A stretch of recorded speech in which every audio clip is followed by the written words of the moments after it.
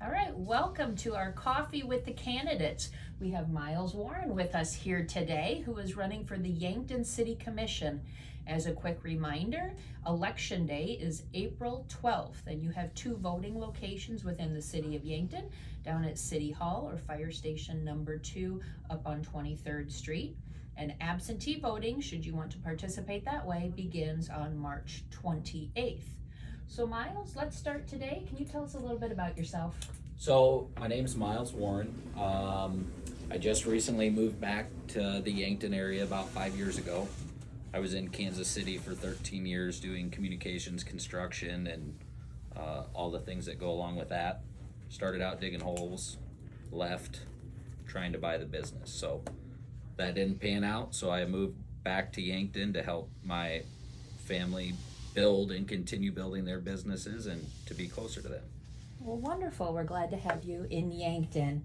Can you tell us why you're running for the Yankton City Commission? So I was going to work at 5 in the morning 2 weeks ago, and I heard them talking about the three people that were rerunning for city commission, and I thought maybe I should run and give a different view. I have experiences that some people don't, and maybe I can offer some insight on different things, projects and stuff like that. And then I was asked 3 days later if I would do it. And then I was asked again that same day. So I asked a couple people that I know throughout the community that own businesses and stuff, and they convinced me to do it. So here I am. So when you talk about having a different view, do you want to provide any insight to how that might be something?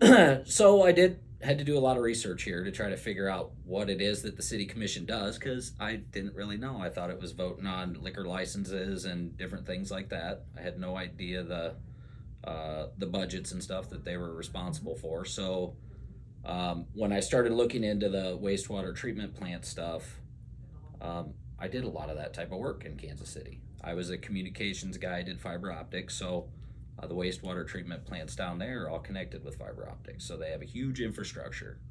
And then road construction, I was involved in all kinds of maintenance projects from start to finish, or new build projects, sports arenas, every aspect of construction I've been involved with almost. So, and now I'm in residential and like commercial construction. Wonderful. Through heating and cooling. Well, thank you for that. So as an elected official, it is hard to put aside your personal beliefs and represent the majority of the constituents that you represent. Can you give me an example of how you will do that as a city commissioner? Sure. Yeah, and that could be hard. So I own and operate 2-3 businesses here in town. One of them is me as the owner operator.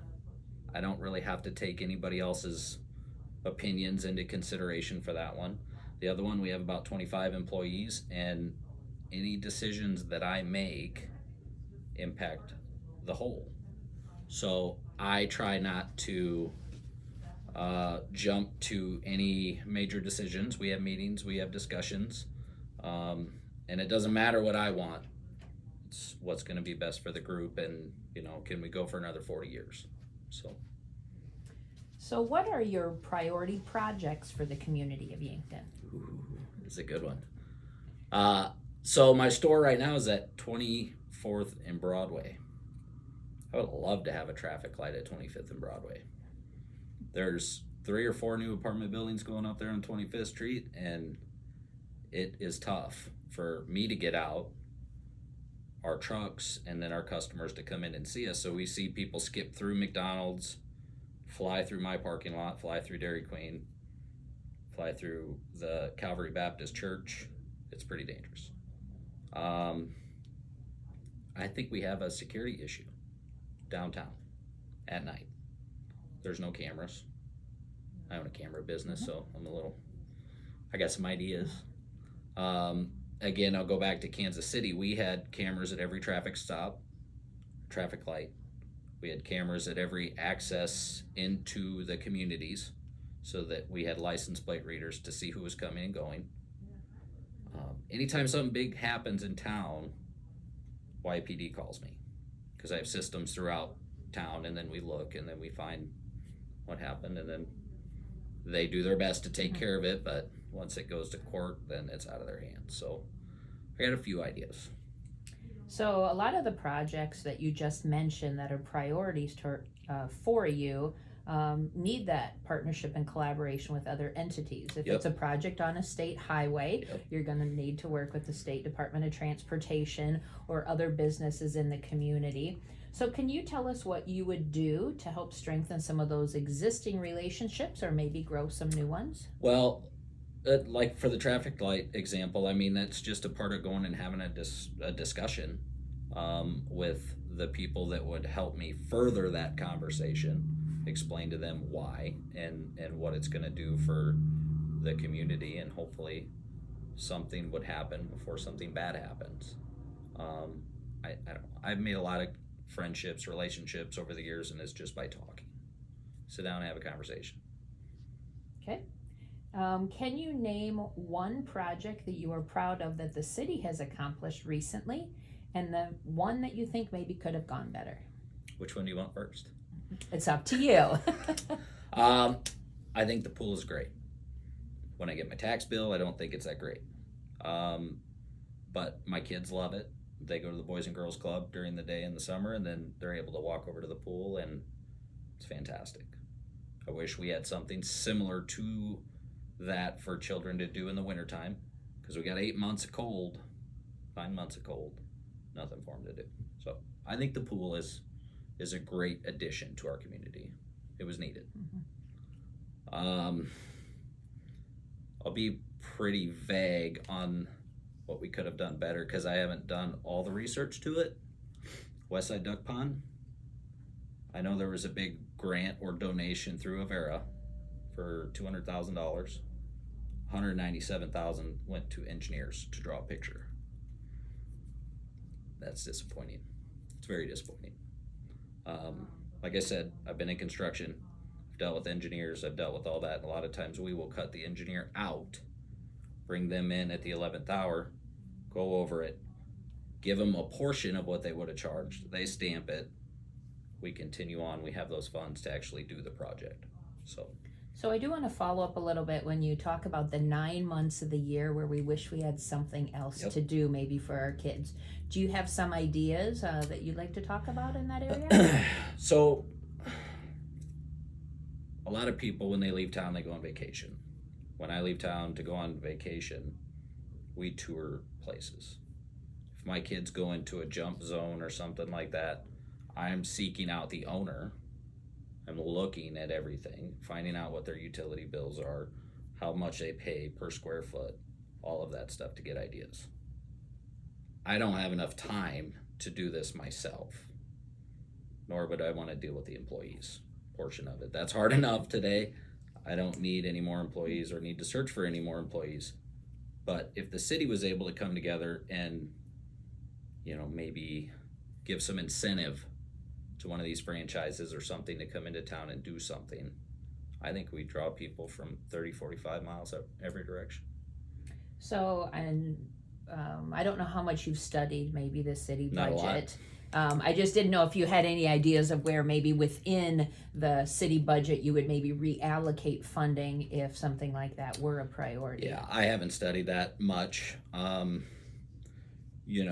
think most people, I myself think that the city overpays for stuff.